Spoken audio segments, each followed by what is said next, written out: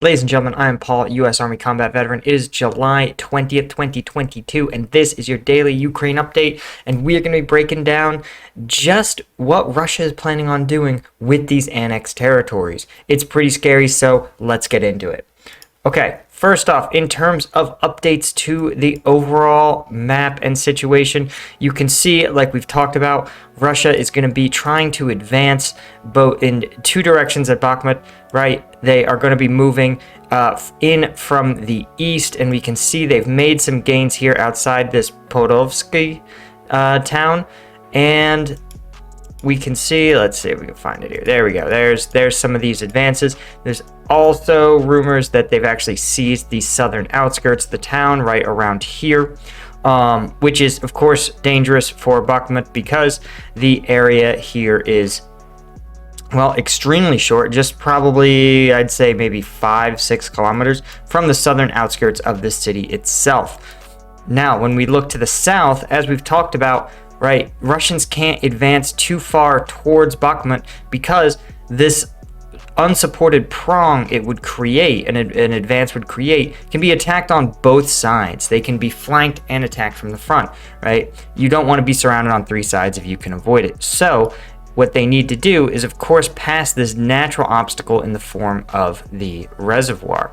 Now, when we look at the reservoir, you can see here that the fighting around this corner is very contested. This is a power plant, and I believe this reservoir probably is a cooling reservoir for that plant.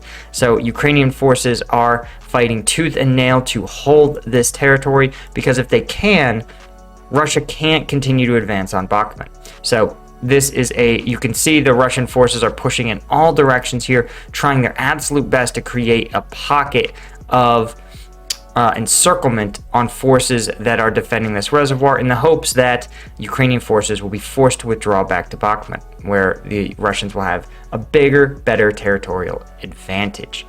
Now, in terms of other news, what I thought was really interesting, I mean, there's a whole bunch here about Russian mill bloggers being loud and annoying, but what I thought was really interesting is the plans, or at least U.S. officials reporting that Russia plans to annex occupied Ukrainian territory as soon as autumn 2022.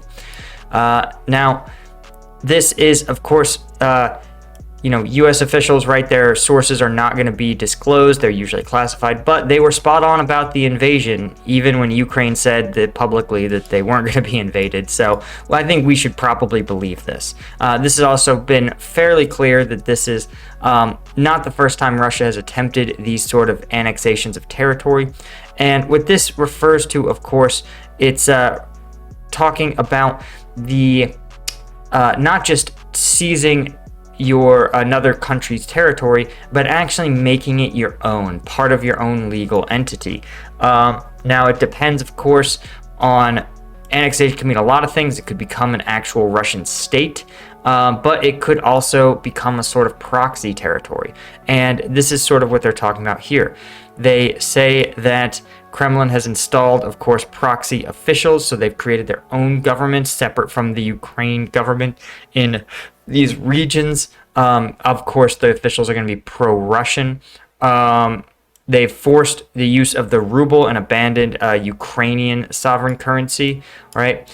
Replaced Ukrainian telecommunications and broadcast infrastructure with Russian alternatives. This ensures that Russia gets to control the flow of information into the occupied territories. And they forced Ukrainians to apply for Russian passports to accomplish basic tasks in occupied territories, which seems preposterous, right? Imagine if you had to show your passport to, register for utility services, right? Russia doesn't really give a shit about that. It just wants, if it issues people Russian passports, then it says, hey, you're Russian citizens. If it says, hey, you're Russian citizens, you should be part of Russia. And ipso facto, they feel they have a justification to annex the country. Of course, talks about the timeline, and it's not clear on what that timeline would really be. It's going to be driven by events on the ground.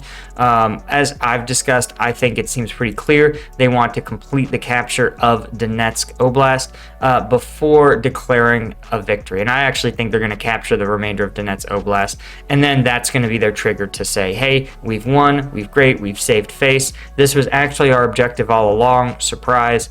And they are going to just dig in and create a front line like we saw in 2014.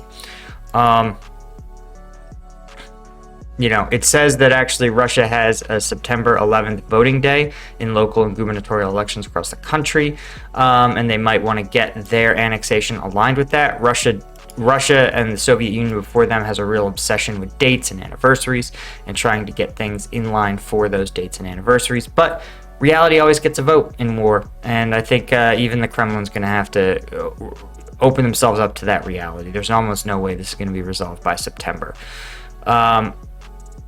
And there's also rumors of Kremlin possibly, postponing elections to both because the ruling party may be extremely unpopular, but also to ensure that the occupied territories can have their sham elections as well. Of course, despite what the Russian trolls in the comments may tell you, you cannot just march into someone else's territory, declare them your citizens, and then claim that it was your right to occupy it all along. This would be like France marching in to Canada and declaring Quebec part of France because they speak French there. It's not a great look.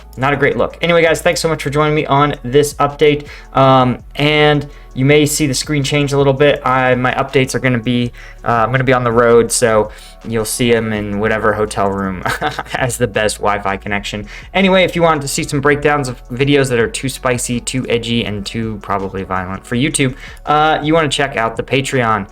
Thanks, my lieutenant, to your patrons. See you in the next one.